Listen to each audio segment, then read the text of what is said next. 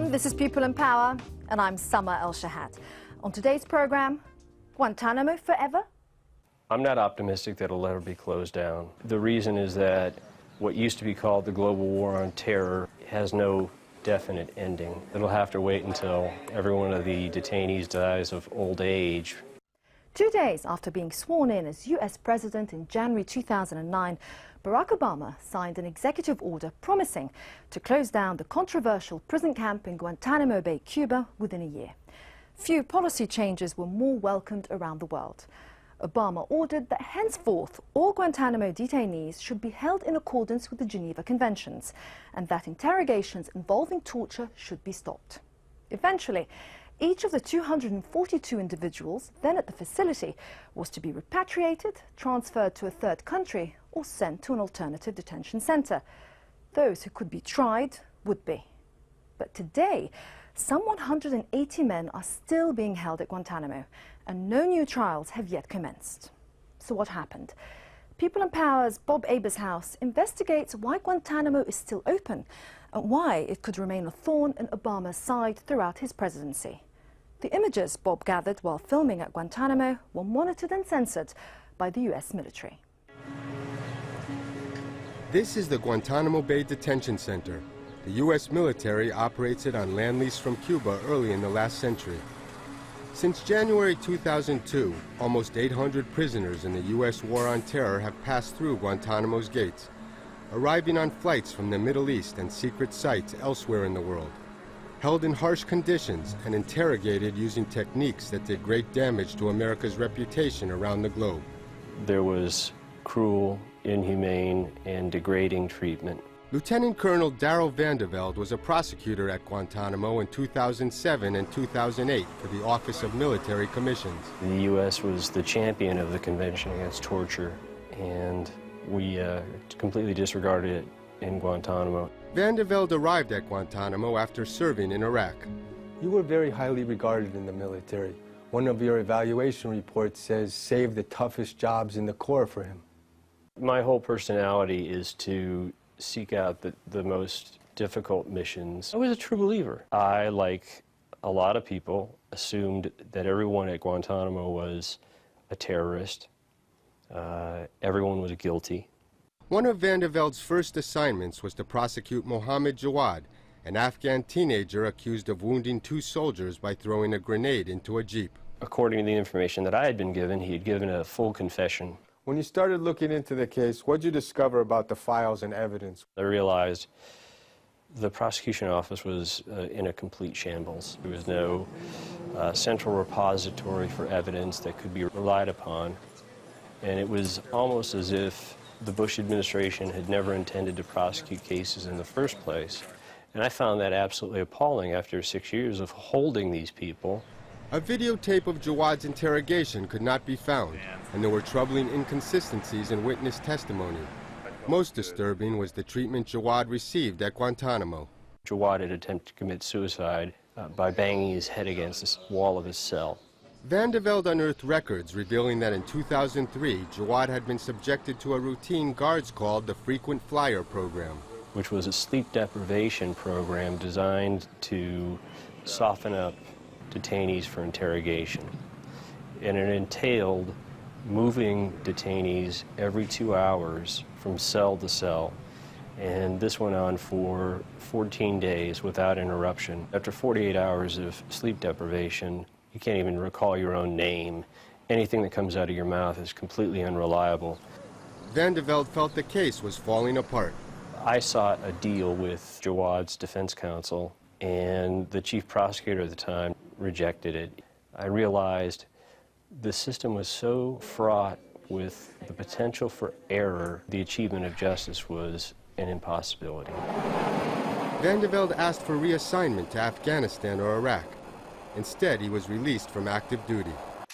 It's my belief that American soldiers have been killed as a result of converts to jihad because of Guantanamo Bay. It's the site of where a lot of inhumane, un-American activity took place. They call them camps, they're prisons. Just tear them down. Consistent with the national That's what many around the world expected when President Obama ordered Guantanamo shuttered. Guantanamo will be closed no later than 1 year from now. But that deadline was missed, and efforts to close Guantanamo have failed so far, undone by Congress, legal dilemmas, and domestic politics. Now many worry that Guantanamo may not even close in Obama's first term. It's unclear as we sit today whether it's going to close at all.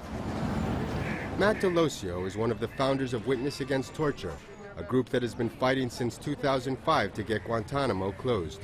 We're here to hold up a mirror. When the deadline for closing Guantanamo passed, Witness Against Torture supporters gathered to protest in Washington. Not only had the promise been broken, but we lost a lot of ground on the issue. So you think there was a missed opportunity to close Guantanamo?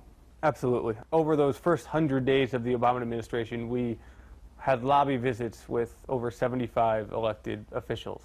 And the consistent response from all of those meetings was, we support the president in closing Guantanamo. We're waiting to hear what his plan is. In its first 100 days, the administration set up an interagency task force to determine how each Guantanamo prisoner should be handled. The task force took almost a year to complete its work. I think the Obama administration moved fast, especially for the U.S. government moving on such a complicated issue. Ambassador Daniel Freed is the U.S. Special Envoy for Guantanamo closure at the State Department and negotiates with countries to accept detainees. We have moved over 50 people out of Guantanamo, including 31 to find new homes in third countries. One of those released was Mohammed Jawad, but there are still about 100 detainees at Guantanamo who were cleared for release. The administration wants to hold about 50 more indefinitely without charge and try some 35 in civilian or military courts. Why was it not able to fulfill the deadline in terms of closing Guantanamo? Turned out that there was no, believe it or not, no central place where the records on the detainees were kept. Secondly, there is, to be very blunt about it, a debate within the United States about Guantanamo. It's a highly contentious issue. In fact, it wasn't a very contentious issue until the spring of 2009, after President Obama released the Bush Justice Department's so-called torture memos that authorized waterboarding and other extreme interrogation techniques. I know some have argued that brutal methods like waterboarding were necessary to keep us safe. I could not disagree more. It is a serious step to begin unveiling some of the very policies that have kept our people safe since 9/11. Former Vice President Dick Cheney and the Republicans pushed back hard. The administration has found that it's easy to receive applause in Europe for closing Guantanamo, but it's tricky to come up with an alternative that will serve the interest of justice and America's national security. That was when Republicans decided to sort of move focus onto Guantanamo, to put up a big fight against President Obama's plan to close it. Josh Gerstein is a columnist for Politico, a top source of political news in Washington. The fact that President Obama never really faced political combat during the campaign over his idea that Guantanamo should be shut down really led the White House to have a sort of mistaken understanding that they could go ahead and do that without facing any political price. The backlash derailed a plan to persuade other countries to take Guantanamo detainees by settling a few Uyghur Muslims in the U.S. They had fled China because of oppression and gone to Afghanistan to live. When the war started, the Uyghurs tried to leave and were picked up by bounty hunters on the border, who turned them over to Pakistani police in return for money the Americans were offering for Taliban. Each of them were sold out for like $3,000 to $5,000. And then Pakistani forces turned them over to United States as terrorists. Rushan Abbas, a Uyghur American, has translated for the military and lawyers representing the Uyghurs at Guantanamo since 2002. The Uyghurs were the easiest case for the United States to deal with, because from day one, they were clear to be innocent. But the Bush administration decided not to send them back to China, where they would be persecuted.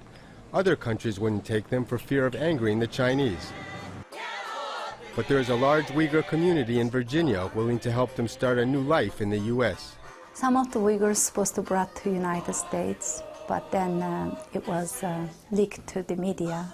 Some of the congressmen use this to stop shutting down Guantanamo. Word that the Uyghurs were coming to America led Congress to pass legislation preventing the use of public funds to bring Guantanamo prisoners to the U.S. in 2009. So I believe if President Obama took leadership on the Uyghur issue in particular, shortly after calling for the closure of Guantanamo and signing the executive order, that would have been the thing that started the ball rolling towards its closure. One of the big objections in accepting people from Guantanamo is that the United States hasn't. We could have brought them to the United States safely and responsibly, but we are where we are. Do you think that the United States needs to be willing to accept some detainees, some cleared detainees, into the United States in order to close Guantanamo? My job is not to think about the ideal world I'd like to have. My job is to deal with what I've got. Congress also passed legislation banning the transfer of Guantanamo detainees to the U.S. this year. But after arm twisting from the White House, Congress made one exception, allowing prisoners to be brought to the United States for trial. After 8 years of delay, those allegedly responsible for the attacks of September the 11th will finally face justice. And last November, U.S. Attorney General Eric Holder announced that Khalid Sheikh Mohammed and 4 others at Guantanamo would face trial in a U.S. civilian court. They will be brought to New York, to answer for their alleged crimes in a courthouse just blocks away from where the Twin Towers once stood. Republicans struck back again, sensing an opportunity for the 2010 congressional elections. Interrogate them, detain them, and try them in military commissions offshore at Guantanamo, from which no one has ever escaped. This one has the potential to really ignite the right, and they think win over a fair amount of swing voters in the middle who just don't think it makes sense to give rights to terrorists or pay for their lawyers or bring them onto U.S. shores. Some people believe our Constitution exists to grant rights to terrorists who want to harm us. I disagree. The potency of the issue was evident this past January when Republican Scott Brown pulled off a stunning upset, winning a Senate seat held by Democrat Edward Kennedy for almost 50 years. What happened here in Massachusetts can happen all over America. Scott Brown used this Guantanamo issue very effectively in his campaign, and it really shook up a lot of Democrats. Soon after Brown's win, Holder announced that he was reconsidering how and where to try the 9/11 defendants, and that the president would be weighing in. I think the president should consider changing positions on Guantanamo and the terror trials sooner rather than later. Professor William Martell of Tufts University believes that a massive shift in public opinion took place late last year, after a Muslim psychiatrist went on a killing spree at Fort Hood in Texas, and a Nigerian radical tried to blow up an American jetliner on Christmas Day. Some of the data that came out of CNN and others said, what was the level of opposition in American politics to having trials in the U.S.? And it was, 30, 40%. But after those kinds of events, it doubled. My view is that there are times in democratic societies when you have such an upwelling, a coalescing of public support, that it's very risky for policymakers to run against that.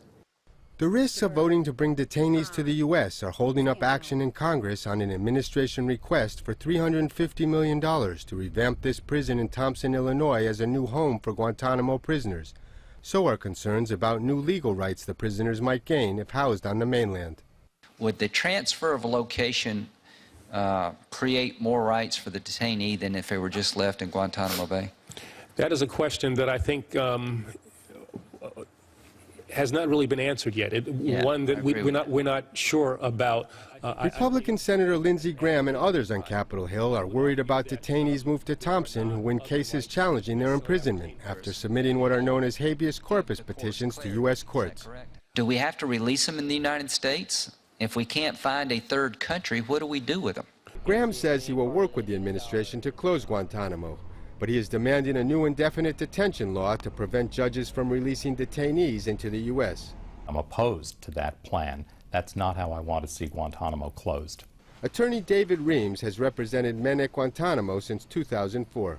My view is that everyone should either be charged or released.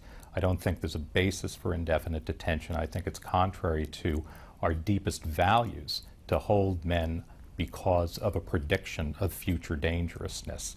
Those predictions cannot ever be vindicated, and basically the decision to keep men indefinitely is as good as a conviction. Reams and human rights advocates say that holding men at Thompson without charge or who have won their habeas cases would just create a Guantanamo North. Everyone is for closing Guantanamo. The question is, what does closing Guantanamo mean?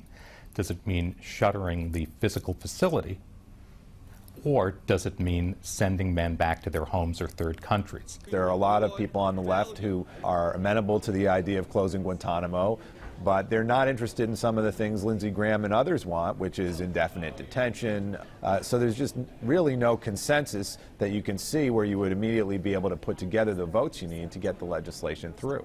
I'm confident that the legal basis exists to open the Thompson facility and bring people to it, but there are obviously going to be court challenges. Is it a fair assessment to say that many of the people that were in Guantanamo and are still in there were innocent? Some people at Guantanamo, frankly, shouldn't have been there for very long. The 5 Uyghurs that are still there are in this category, and there are others. Most of the people at Guantanamo, most of the detainees, I would call volunteers for a very bad cause, people who made a serious mistake of judgment, but they're not hardened terrorists. And generally speaking, those are the people whom we're trying to resettle in third countries or repatriate. Some of the Guantanamo detainees who have been approved for transfer are housed in an open-air camp with dormitory living. Basically, all the detainees here are compliant with the camp rules. So they'll pray out here together, they'll eat out here together, elliptical for their exercise equipment, a foosball machine. Few military personnel here gave permission to film their faces, and we were not allowed to identify the detainees or talk with them. Military officials reviewed all our Guantanamo footage and censored any deemed a security risk. But they were eager to show that the facility today is modern and humane. Every detainee will have entitled to 8 different books. From the library to medical care, multiple meal choices and courses. We hold 6 different seminars, Arabic to English, Pashto to English, Arabic literacy, Pashto literacy, art, and life skills. The classes are held in one of the 2 indoor prisons at Guantanamo, built for more than $60 million. Currently, over 80% of the detainees here at Guantanamo live in a communal environment whereby they have about 20 hours a day of free movement and recreational time. Brigadier General Timothy Lake is the deputy commander of the task force that runs Guantanamo. Many in Congress now are saying that there have been tens of millions of dollars spent in building the prison here and that it should be kept open. We do in fact have first-class maximum and first-class communal living detention facilities. Are detainees still interrogated here at Guantanamo? The answer is yes. However, technically, an interview, this is an interrogation right now. So the answer is yes, we talk to the detainees. Do you think some cleared detainees could be settled in the United States without risk? Do I think that some cleared detainees? Let me just. I understand exactly what I understand the question.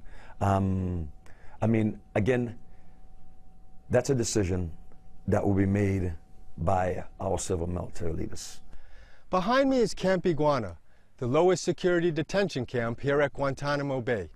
Today, 5 Uyghur Muslims who were cleared for release years ago are still being held here, hoping to be settled in the United States with the help of Uyghur communities in Virginia and elsewhere. We tried to film inside the camp, but when the Uyghurs held up signs protesting their captivity, we were quickly escorted outside.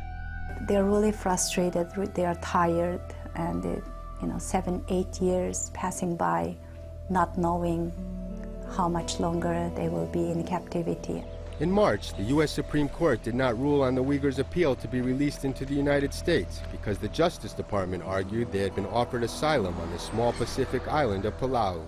Palau cannot offer citizenship. Chinese government always can claim over them and say they are our citizens. 14 men who have won habeas cases challenging their imprisonment remain at Guantanamo, while the Obama administration appeals decisions that they be released. We don't want to have our government continuing to do this sort of thing. We'd like to stop it. It's unjust. Money was paid. Ruth Hook of Amherst, Massachusetts, asked officials in her town to pass a resolution to help free cleared detainees. The 2 key components were, First, to ask Congress to end the ban on any Guantanamo detainees coming to the U.S. The second was to allow 1 or 2 detainees to come and live in our community. Nancy Talanian helped organize the effort. These were the men who were used as examples. The man on the left is Ahmed Belbacha, who is an Algerian who fled Islamic terrorists in his home country and was traveling in Pakistan when he was picked up and sold for a bounty. And Reveal Mengaza will need a safe place to go because the 7 Russians who've been sent back to Russia have been treated very badly. Some of those men can't return home without risk of torture or death. I recall reading that some of the cleared people that were sent back to their own country wound up trying to kill American soldiers. If the President, Senate, and Congress, with all their experts and resources, can't figure this thing out, I don't know how we can be much help.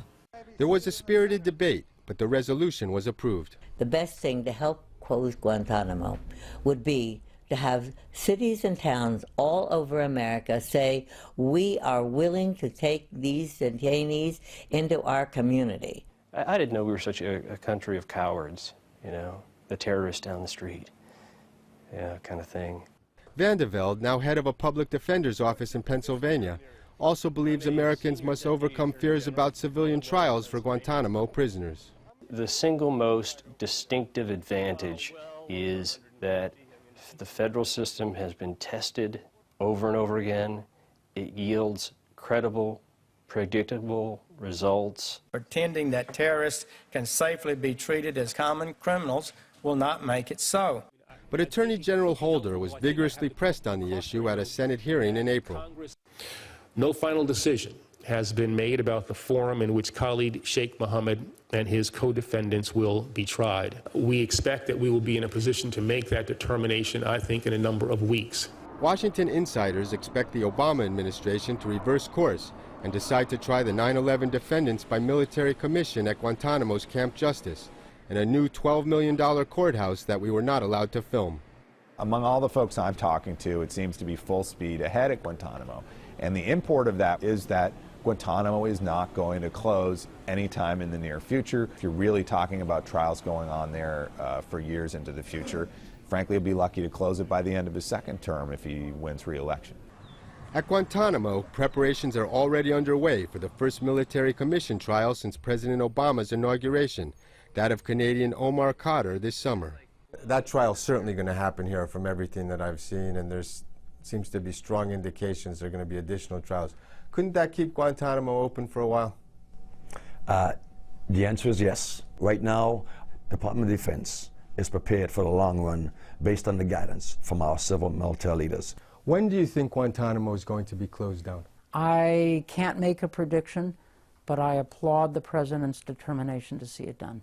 I'm not optimistic that it'll ever be closed down. The reason is that what used to be called the global war on terror has no definite ending. It'll have to wait until every one of the detainees dies of old age. It'll be around for a long time. That's it for this edition of People in Power. If you'd like to comment on our report or any other matter, we'd love to hear from you on the usual address, aljazeera.net/English. Until next time, bye-bye.